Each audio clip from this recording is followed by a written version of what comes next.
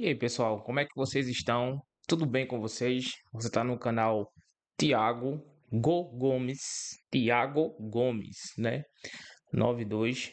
E eu espero que você goste do meu conteúdo de teologia, filosofia e um pouco de linguagem, né? Também gosto muito dessa área e hoje a gente vai conversar um assunto muito importante.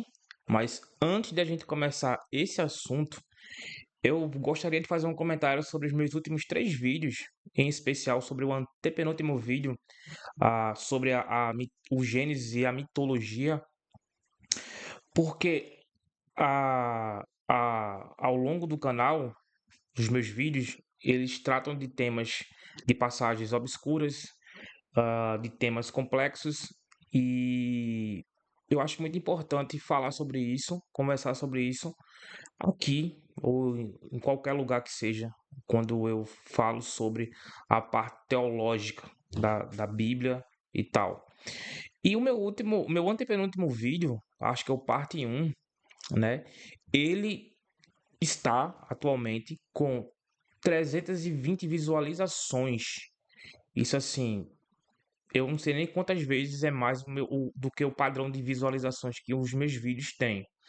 Então, alguém ou algumas pessoas, não lembro se foi eu mesmo, compartilhou com outras pessoas ah, aquele vídeo, aquele estudo, né? E ele foi propagado assim para muitas pessoas assistiram. E também alguns se inscreveram também. Eu notei um aumento grande de inscrições no canal. Então eu fico muito feliz que você tenha gostado do conteúdo. Só que em compensação, né, ou melhor, no contraponto disso, o segundo vídeo, que é a continuação daquele primeiro vídeo, ele tem poucas visualizações, né? E a primeira parte, ela vai ser completada com a segunda parte. Então você gosta, eu acho que você deveria assistir a segunda parte para entender toda aquela aula, né, sobre os mitos de origem e o livro do Gênesis ou a dependência literária do Gênesis, se é mito ou não em comparação com a cultura da Babilônia. Ok? Então eu fico muito feliz, mas também espero que vocês assistam outros vídeos. Tem muitos vídeos aqui muito interessantes, com baixíssimas visualizações. Então eu espero que você curta, se inscreva e se for útil para você, você também compartilhe aí pro pessoal. Ok. Bem breve, eu gostaria de falar um assunto muito interessante, que é o assunto sobre a morte, sobre o funeral, né? Sobre a, a, o a gente falamos um pouco sobre o pós-vida na cultura egípcia. Hoje a gente vai falar sobre o funeral aqui, nessa passagem de Eclesiastes 7, capítulo 7, verso 2. Eu acho que você já deve ter ouvido falar nessa passagem, você já deve ter lido. Eu estou aqui com a versão da NAA, é, Nova Almeida atualizada, né? E eu queria fazer uma reflexão sobre essa passagem, ela é meio sem lógica, né? Eu não vou explicar aqui os pormenores do livro de Eclesiastes. É um livro considerado de literatura sapiencial, ah, sabedoria, e é um livro que leva muito ceticismo por parte do autor, que fala sobre várias coisas relacionadas à vida, né? A tudo que ele fala aqui. E uma das coisas que ele fala no capítulo 7, que tem como tema sabedoria, ele fala algo muito, muito, muito complicado de se entender e de se levar a sério, se é que dá para levar a sério isso.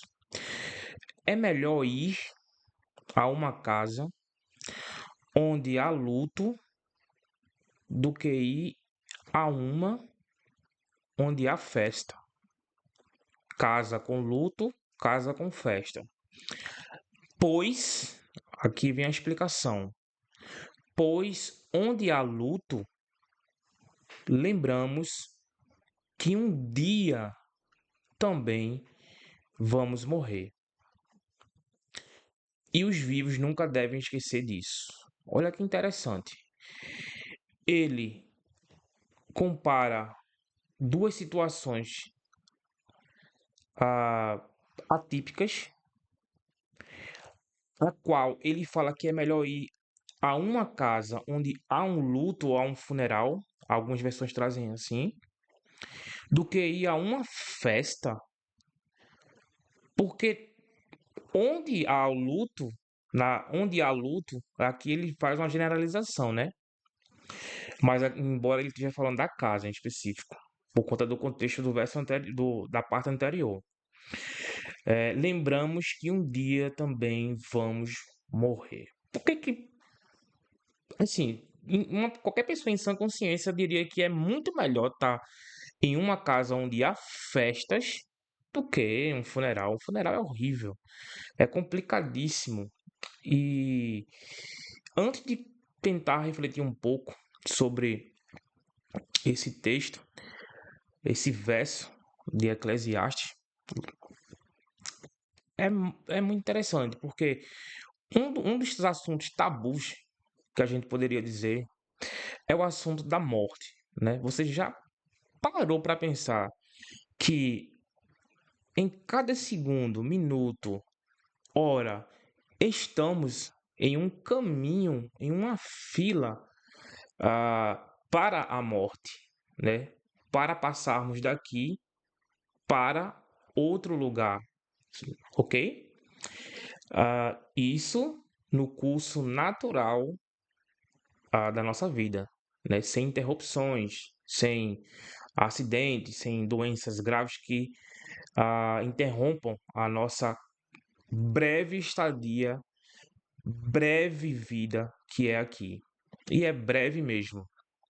Então, muitas pessoas têm dificuldade de querer falar ou de refletir sobre a morte, sobre a, a vida curta ou pós-vida, enfim, são assuntos que realmente mexem com as pessoas, né? É normal, é um pouco atípico, mas não dentro da cultura do Oriente Próximo, não dentro da cultura bíblica, ou melhor, da palavra, em especial aqui dos pontos que Eclesiastes traz. Porque quando ele fala que é melhor ir a uma casa onde há luto do que ir a uma que há festa, parece o verso seguinte aqui, a oração seguinte, dá para entender o que é. Por quê? É para a gente lembrar que quando a gente vai num luto, num funeral, num lugar que alguém perdeu alguém, a gente faça uma reflexão lembrando que a gente vai passar por isso. E automaticamente vem a ideia de que em um lugar onde não há luto, não tem como fazer essa reflexão, porque não tem o que refletir. Ah, dificilmente vai ter o que refletir, né? Pode até ter, mas é dificilmente.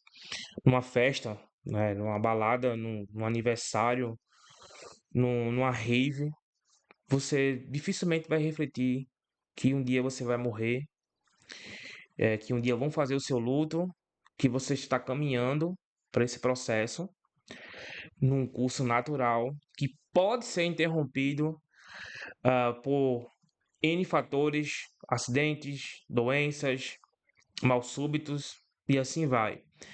Então, o que o autor de Eclesiastes, que há dúvida se há Salomão, né? Um livro de Eclesiastes é um livro um pouco debatido, não vou falar sobre isso agora, mas é um livro que tem muito ceticismo em relação às coisas da vida, e ele faz aquela reflexão, o autor faz uma reflexão dentro do mundo dele, mas eu acredito aqui que essa verdade aqui ela é geral, sobre várias coisas, e aqui ele está refletindo sobre a morte com poesia, né? Com o verso aqui, o verso 2 fazendo a comparação da ida, da movimentação de ir a um lugar, a casa onde há luto, do que ir à festa.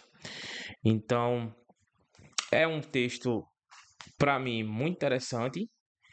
Não acho ele pesado. Quando você entende o que é a morte, que Deus não criou o homem para morrer, ok? Deus não quer isso. Eu sei que vão vir várias outras perguntas, vários outros fatores que levam esse assunto, que esse assunto leva, na verdade. Mas eu não vou entrar aqui. Aqui o contexto é o seguinte: nós devemos lembrar de onde nós vamos quando vamos a um funeral, quando vamos a uma casa que há luto. Então, essa reflexão nesse ambiente parece que nos ajuda ou nos ensina várias coisas. Eu acredito que independente de você crer, ah, da sua crença na Bíblia, em Deus, né? Você vai refletir. Agora, só tem um detalhe.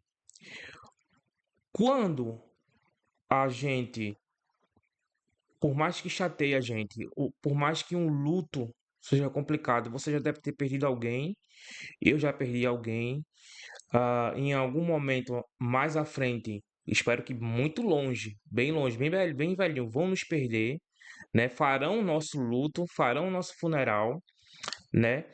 Mas o problema não é a vida ser breve, não é morrermos e ah, acredito que não seja nem tanto ir a uma festa ou se divertir e não lembrar disso.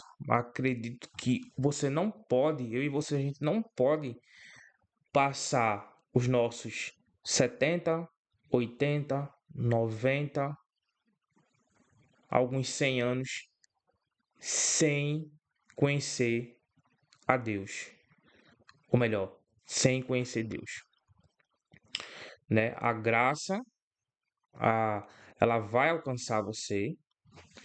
E para aquelas pessoas que a graça não alcançou, que o evangelho não foi. Opa, não foi. Isso é um outro assunto, tá bom? Deixa eu coisar aqui. Pronto.